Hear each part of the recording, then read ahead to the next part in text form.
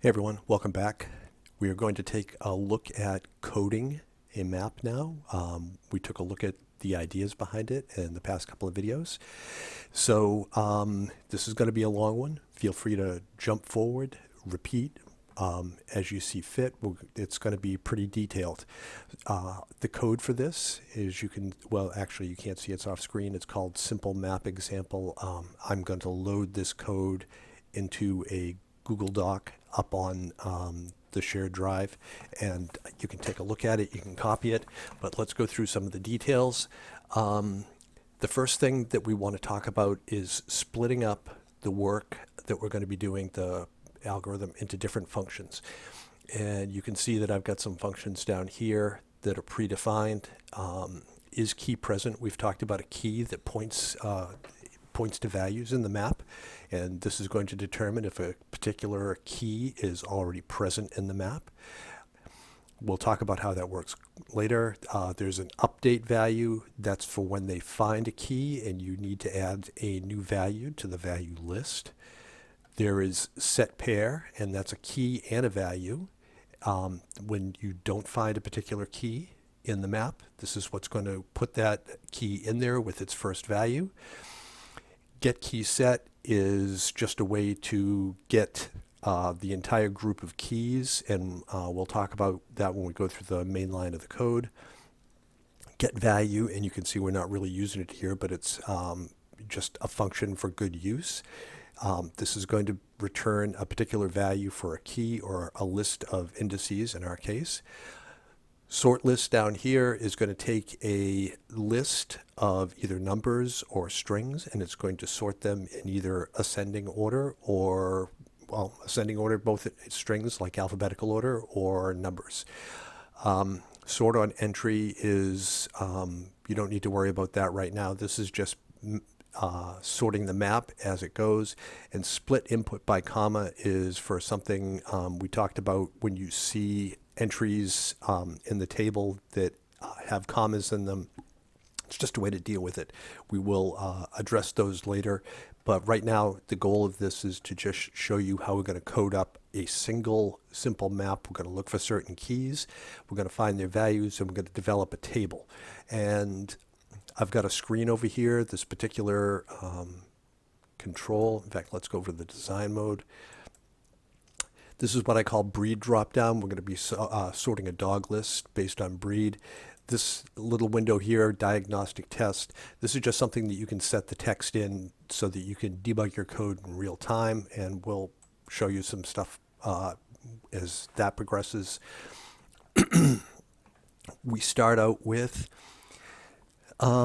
bringing some values into a list, and I call that raw breed. The raw is just a prefix so that I know that it's just coming straight from the table that we worked with.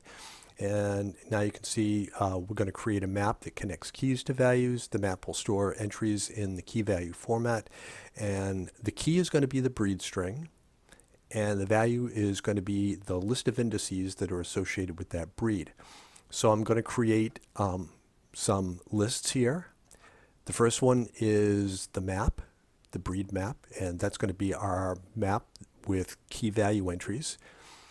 We do that by, I'm going to create another list called breed entry, and this is going to hold a key value pair, and the key will be at position 0, and the value is actually going to be a list, and we talked about that with the Google Sheets version. The list is at index 1 in this particular list, or the value list is at index 1. This is something breed shadow key. This is the breed map is really what we call a two-dimensional array, and it has keys and values, and to be able to drag each one of those out is kind of painful one by one. So what I maintain is something called a shadow key. This is just a list of the keys that exist, because that's what we're going to be using inside of this drop-down box. And I don't have a control that's going to select breed yet, so this isn't really working, but I've got, when the user selects an entry in this particular drop-down box, that's what's going to be stuffed into this selected breed variable. I've got a couple of counter variables here. There's an I, there's a J that's not being used, as we can see. We've got a variable key index, and then we've got a loop. This was highlighted here. We can get rid of that highlight. Down at the bottom, I was looking at some of these values as we go. You'll notice that there are these highlights with little like pause buttons, and these are what are called breakpoints in software. The program is going to run and it's going to stop each time it hits one of these, and you can use these. It's a nice way to see what's going on in your program. You can use this in conjunction with the watchers. And down here, what you'll see is when it breaks, it's going to have a little continue button, and that's how you advance, and we'll walk through this whole thing. Let's go through the code. Just walk through it, conceptually. And this is the same deal that we had when we were talking in the Google Sheets list. So I'm looking at each particular entry in the original raw breed list. And so we have a for loop that begins at the very first index, which is 0. It goes through until that index is 1 less than the length, and then it increments. What I'm doing here is I'm setting some test in this diagnostic text to the raw breed so that we can see the value that's coming up each time we loop into this.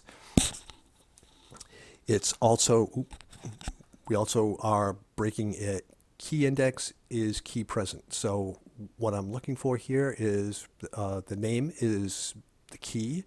So I have a function is key present that looks at that particular potential key value. It looks at the breed map, and what happens is that this actually returns, it searches through the map, and if it finds that keyword, it returns its index. And that's what this is here, the key index.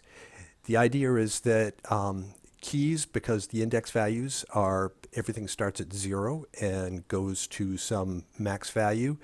If it returns a -1, -1 is impossible to have as an index, so that's what I return if the key is not present. That tells the code here if key index is greater than -1, it means that that is in the map, so all I'm going to do is update the value, and this particular function takes the map name, that's breed map. It gives the key index that it's going to update that for, and it gives the index into the original table that appears at. So the key index is just going to allow me, when I pop down in there, it's going to be able to find the right key in the list, and it's going to be able to take this value, this new value, and it's going to append it to the correct list. If key index is equal to -1, it means that, and that's the only other possible value for this, it means that the key is not there. So we have to place both the key and that value in its map, and that's what this does here. This is set pair breed map. That's telling the function what map it is, and there's a reason that we do this here, because this code is all reusable. You can build as many maps as you want using these functions, using exactly the same code. So this sets a particular pair. There's the key. The index is the value. And then I'm just doing an update down here to update the console log down the bottom, and we'll see how this changes each time we sort through. It goes through this entire loop. It processes every value, and then what I do is I get the key set into the shadow key list, and that's going to produce, the whole goal of this is that when you're done, you have a map where each particular breed now exists as a key. There are no repeats. There's only one occurrence of each string that you'll see there. So I use that as a set of values that I can put in the dropdown so that the user can select a particular breed. I do this by just getting the key set and stuffing that into a list called breed shadow key. I have something down here just to print it out at the console. It's showing you what the pre-sorted list is. Now I have I have a function down here called sort list. It takes an input list, it sorts it in ascending value, either numbers or letters, and returns it. So this just means that my list is going to be in alphabetical order, and it's easier for humans to like parse a list like that. You're not jumping all over the place looking for something. And I've got two consoles here, pre-sorted list and post-sorted list, just so that you can see it. I'm going to set the property for this drop-down to that shadow key list, and then we'll be able to see what happens here.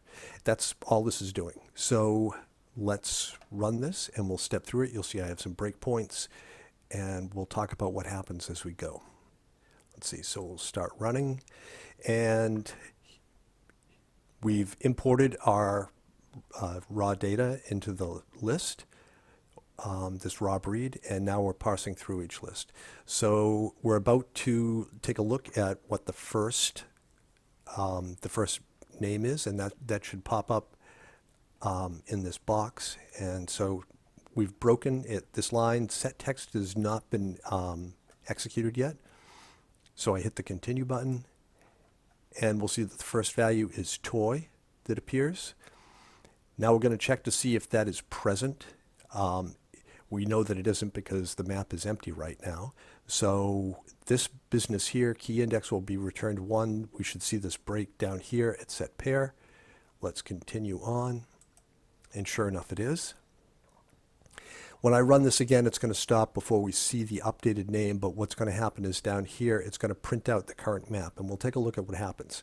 So we know that toy is our first index, and because it is at 0, that its index value will be 0.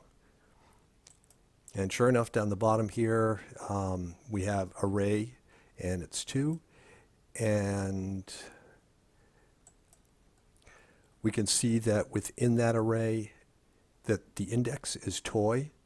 And then we have an array here, and its index value is 0.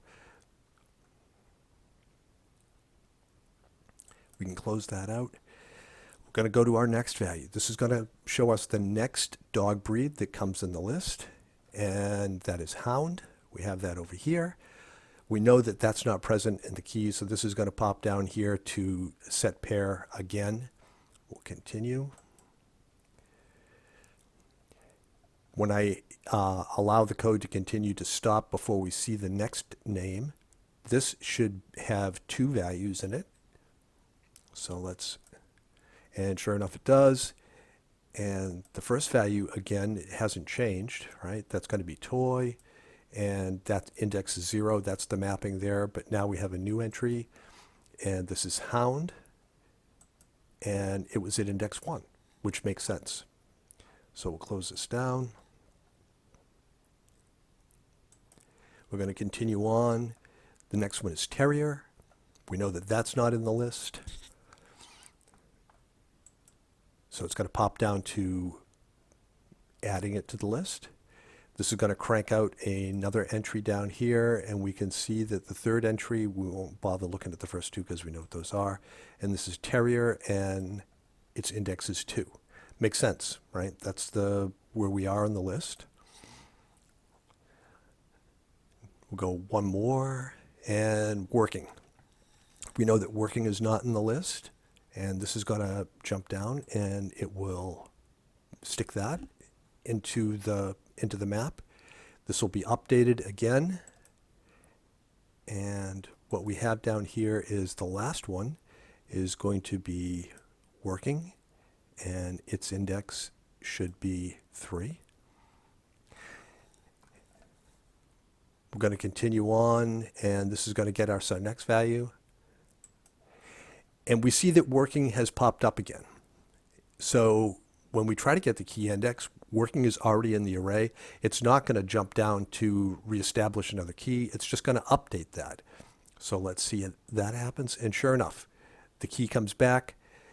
Now we need to update the value. And we have an index of 4 that we need to append to this array down here. So it's going to update that value. And then this should just go right back up to set text. And it does. And we haven't, I don't have a printout for that, but let's see, let's take a look at this. And okay, we're going to have to wait until we get a new one. That line doesn't change, so we now have mixed. We know that mixed is not in the list yet, so that's going to step in. It's going to set that. Now, when we look at this, and we're going to take a look at the past value, working. Working now has two values in it, and it's got 3 and 4. So that list was updated on the last time around. We didn't have a way to display that on this particular line, but we can see that it's changed. This goes through this entire list in this fashion. I'm going to get rid of all the breakpoints. We've seen how this is working. This is going to continue on now, and it's just going to print everything out.